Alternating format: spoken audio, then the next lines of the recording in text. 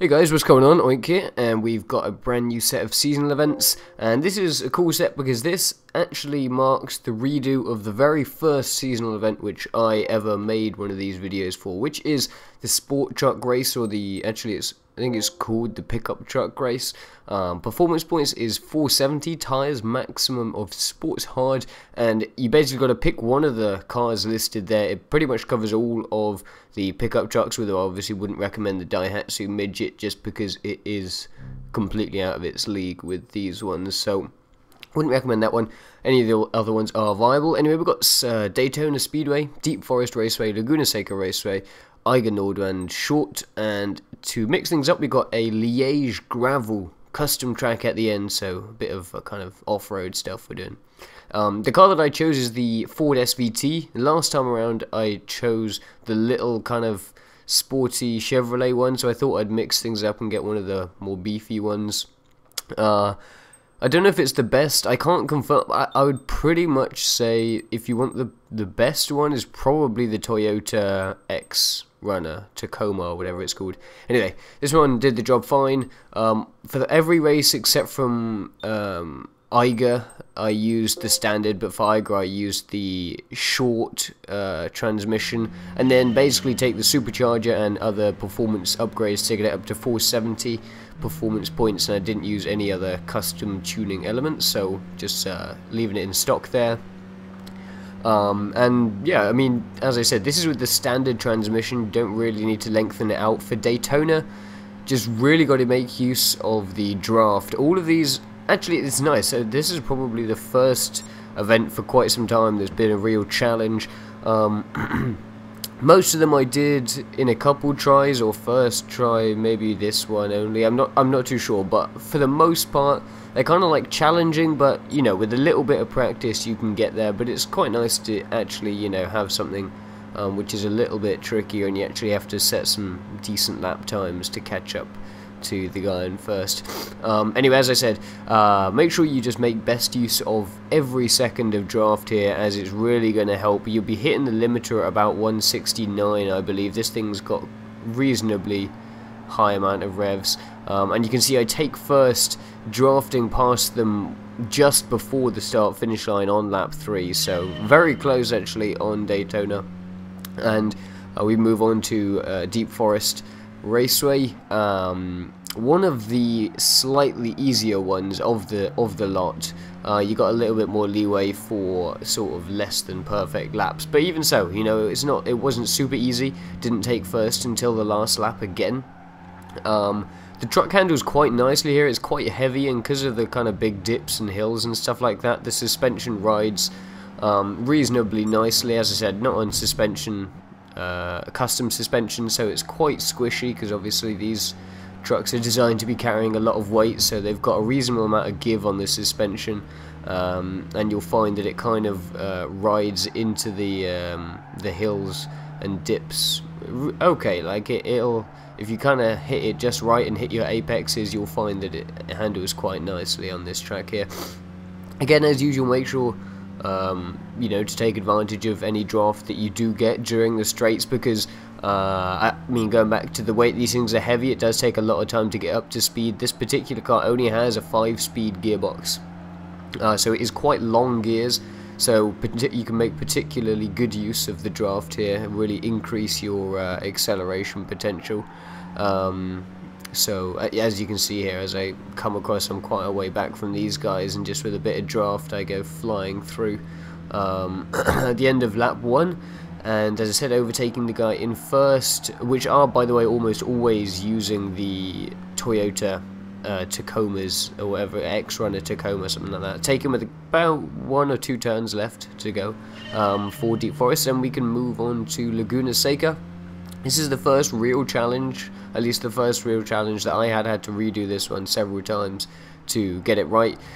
You want to be lapping well. You can't afford to be spinning out or running off into the sand and losing time that way. You've really got to be sharp and hit the apexes. That's what this is all about. You don't want to afford too much understeer on these corners, because you will lose exit speed. Laguna Seca is all about getting really good exits out of the corners, so really be aware of hitting the apexes, you know, be sort of thorough in like, at least if you're going to do a practice run, or you know, it takes you a couple tries, really think about making sure that you're turning in at just the right point and hitting the apex and getting really good apex speed, so you've got good exit, you know, for example up the hill and round this corner here. You know, at every point is crucial to get a really good exit, and as well using that draft on the straights there where possible to gain every little second on the leader.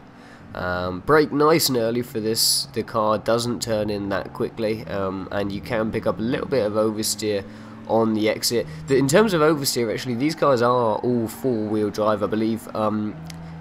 Is weird. They kind of have a slight tendency to oversteer, but because all of the weight is at the cab at the front, as soon as it oversteers, only a tiny bit of counter steer will correct it. Like, they correct really instantly, like it will just kind of pop back in, and that's because there's very little weight at the back. Obviously, it's just got a flatbed with nothing on it at the back, so all of the weight is at the front. So it's kind of, they handle quite strangely. It's quite unique in the way that they handle. Anyway, as you can see, real close at the end here, I had an off lap and we crossed the line almost exactly at the same time.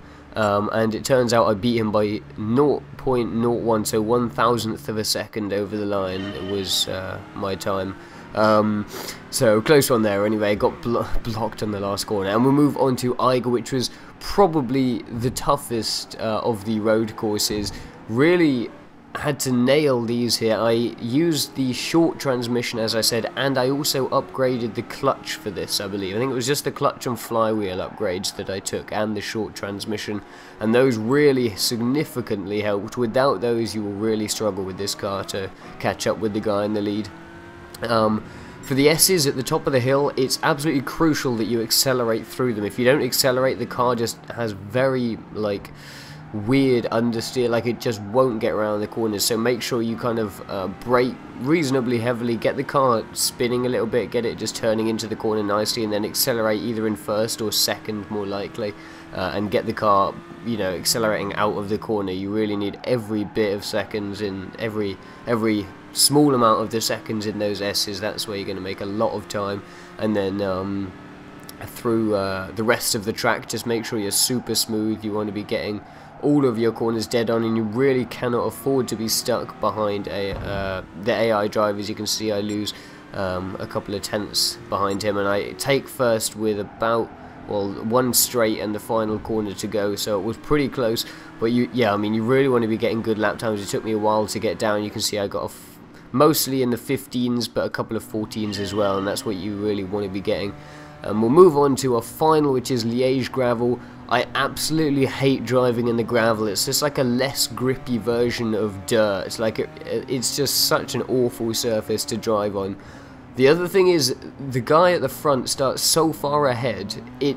I'm going to say it probably is possible to do, but I've got a bit of a confession to make in that I had to turn on skid recovery force to do this event. I just could not, or just, I don't know, it irritated me enough by the end that I just didn't want to keep running it to try and get first without skid recovery. I'm pretty certain that you could do it with all of the aids off.